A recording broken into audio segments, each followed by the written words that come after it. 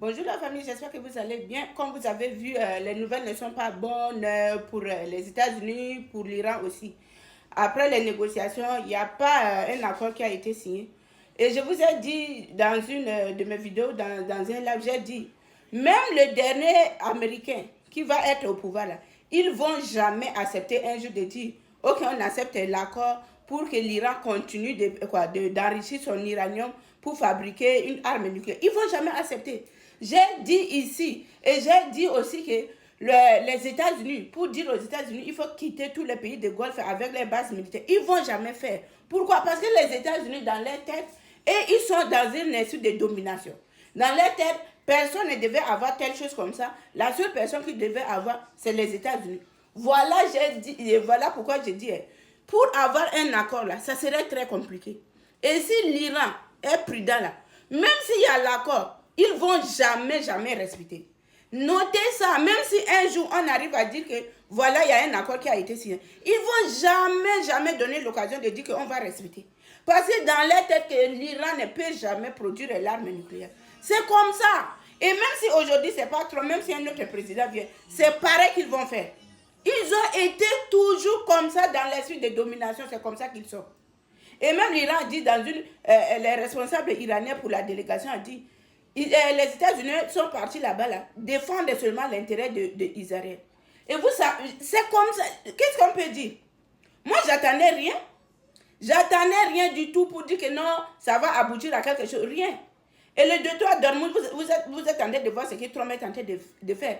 Hier, là, ils ont envoyé leur navire de quoi? Pour déminer les eaux de trois d'Ormuz, qu'il y a des mines dedans. Mais en même temps, ils sont sur la table de négociation. En même temps, les États-Unis envoient. Et selon les informations qu'on est en train de voir, là, il y a beaucoup de militaires américains qui sont arrivés. J'ai dit, avec les États-Unis, si vous voulez négocier là, il faut surveiller ton devant et son arrière. Oui, il faut surveiller les devant et l'arrière. Et voilà pourquoi Trump dit qu'ils veulent ou ne veulent pas, accord ou pas accord, ils vont ouvrir les détroits d'Ormuz. Donc là où nous sommes là, la guerre est est encore longue. La route est longue encore pour que cette guerre-là puisse finir. Je vous assure. Et même pour que ça finisse là, c'est par quelle manière qu'il y aura un accord. L'Iran aussi ne peut pas renoncer. Les États-Unis aussi ne peuvent pas accepter que l'Iran continue. Donc, et l'Iran, c'est dans son plein droit. C'est dans son plein droit de dire que moi, je fais ce que je veux sur mon territoire, je vais posséder ça. Mais c'est les États-Unis qui disent que non. Ils vont dire que non, l'Iran représente le menace. Mais c'est comme ça qu'ils ont dit au niveau de l'Iran. Ils ont dit que Saddam Hussein détenait l'arme massive de destruction.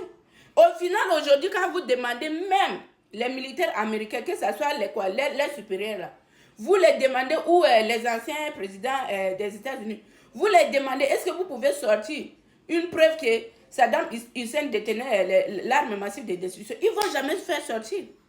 Parce que c'est quoi? C'était des inventions.